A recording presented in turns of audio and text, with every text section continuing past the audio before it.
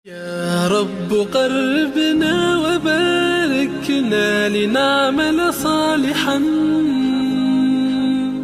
في يدي رسالة التغيير.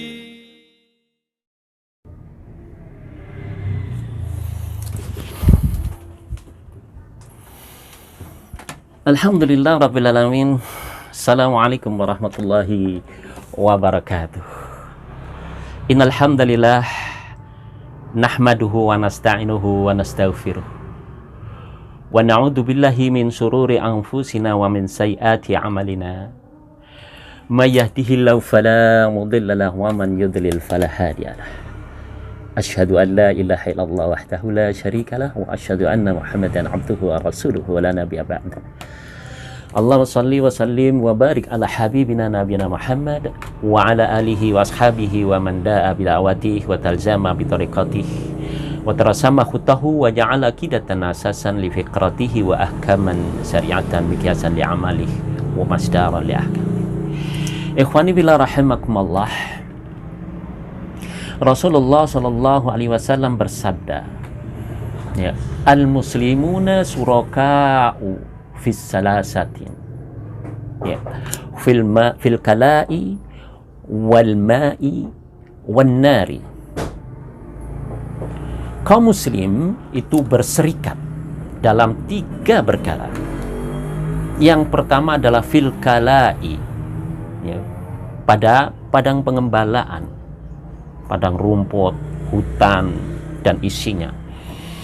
Yang kedua ada wal ma'i, air, ya, lautan, danau, sungai itu yang berlimpah airnya gitu ya, terus mengalir, terus ada gitu ya. Yang ketiga adalah wan nari, api. Api sifatnya adalah pembangkit energi. Kalau kita merebus, ya, air di tungku, ya, dituangkan air di tungku kemudian, ya, dengan api yang menyala itu, yang terjadi adalah mendidih, artinya membangkitkan energi ini, ya, mendidih. Nah, ketika, ya, mendapati 3 hal ini, maka ini adalah pesan dari Rasulullah sebagai Nabi Allah, ya, Sallallahu Alaihi Wasallam, dan ini adalah menjadi hukum bagi manusia semuanya. Apa hukumnya? Hukumnya adalah manusia berserikat atas 3 hal ini. Berserikat yang dimaksud, ya, adalah sama-sama berhak, ya, sama-sama berhak memanfaatkan atau menikmati atau memanfaatkan 3 hal itu. Ya. Nah, hadis ini diriwayatkan oleh Imam, ya, Abu Dawud, ya, dan Imam Ahmad, ya, dari jalur Hibban bin Zaid.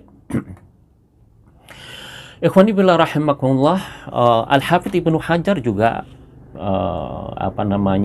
mengomentari hadis ini, ya, bahwa hadis ini diriwayatkan oleh Imam Ahmad, Abu Dawud, ya, kemudian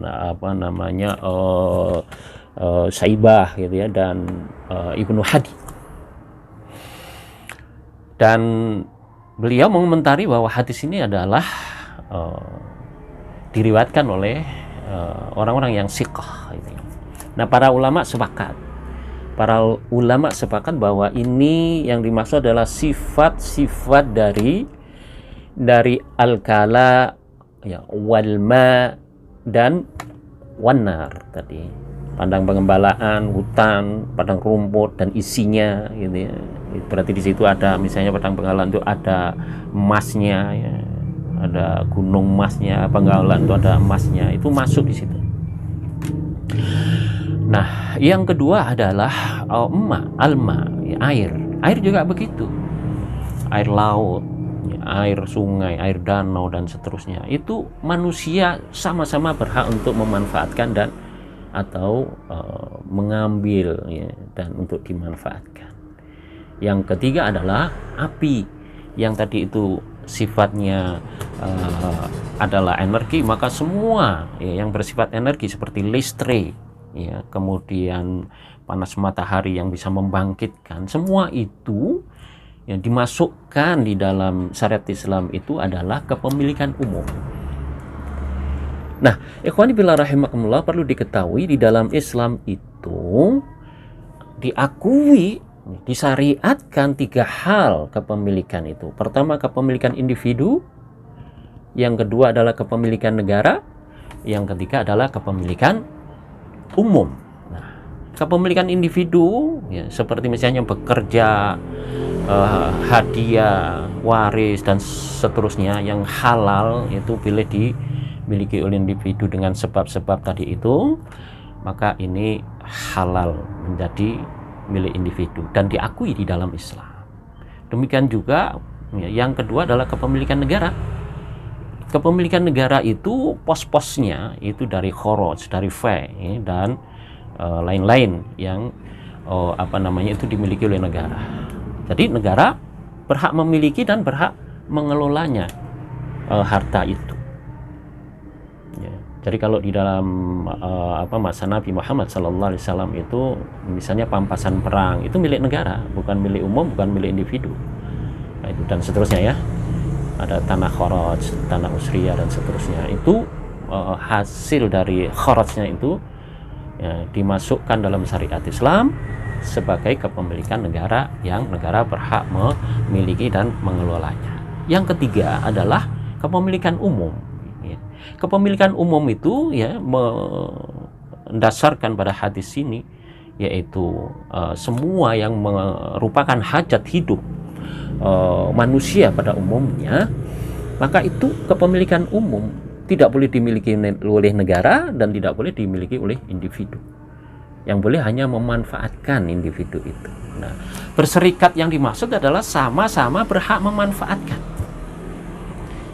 Bagaimana tidak boleh dimiliki atau dikuasai?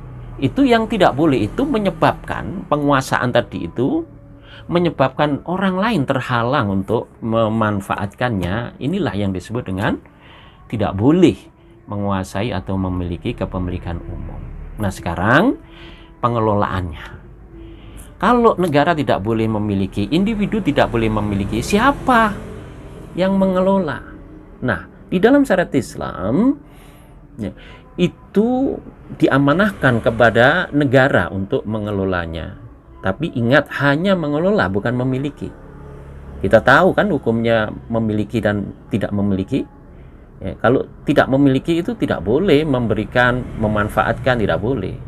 Nah, ini hanya mengelola atas amanah umum, atas amanah rakyat. Nah, begitu ya.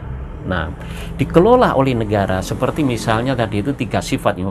Ada listrik, yang pembangkit, ya, misalnya pembangkit tenaga gitu ya, listrik umumnya.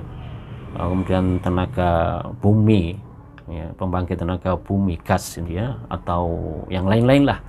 Semua golongan itu kepemilikan umum seperti tambang, ya, kemudian minyak tanah, ya, minyak bumi lah ya, atau emas, uranium, nikel, ya, dan seterusnya.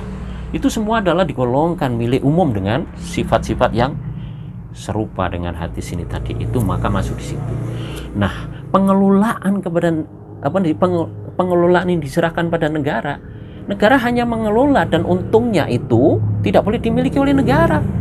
Negara tidak boleh, tidak berhak untuk semaunya menggunakan ini, tapi harus digunakan sebagai amanah-amanah kepemilikan umum, yaitu dikembalikan kepada manfaat umum, dikembalikan kepada rakyat berupa bentuk misalnya ya, kesejahteraan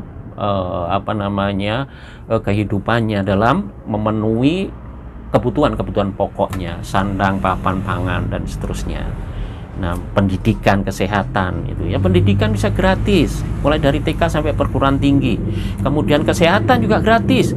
Siapa saja yang berobat di orang sakit gratis. Kenapa? Dibiayai oleh dari hasil kepemilikan umum yang diamanahkan tadi itu. Betapa indahnya, luar biasanya syariat Islam.